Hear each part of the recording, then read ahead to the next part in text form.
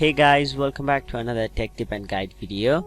In today's video, I'll show you how you can redeem Walmart gift card.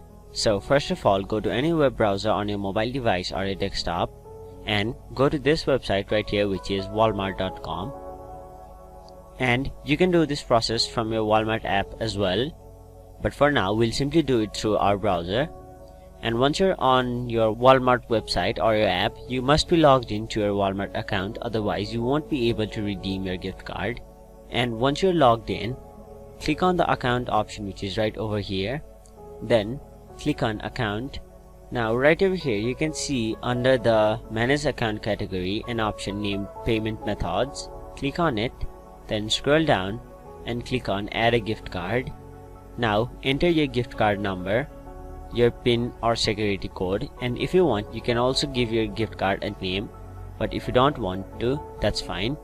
And now once you've entered those, click save and you'll have successfully redeemed your Walmart gift card.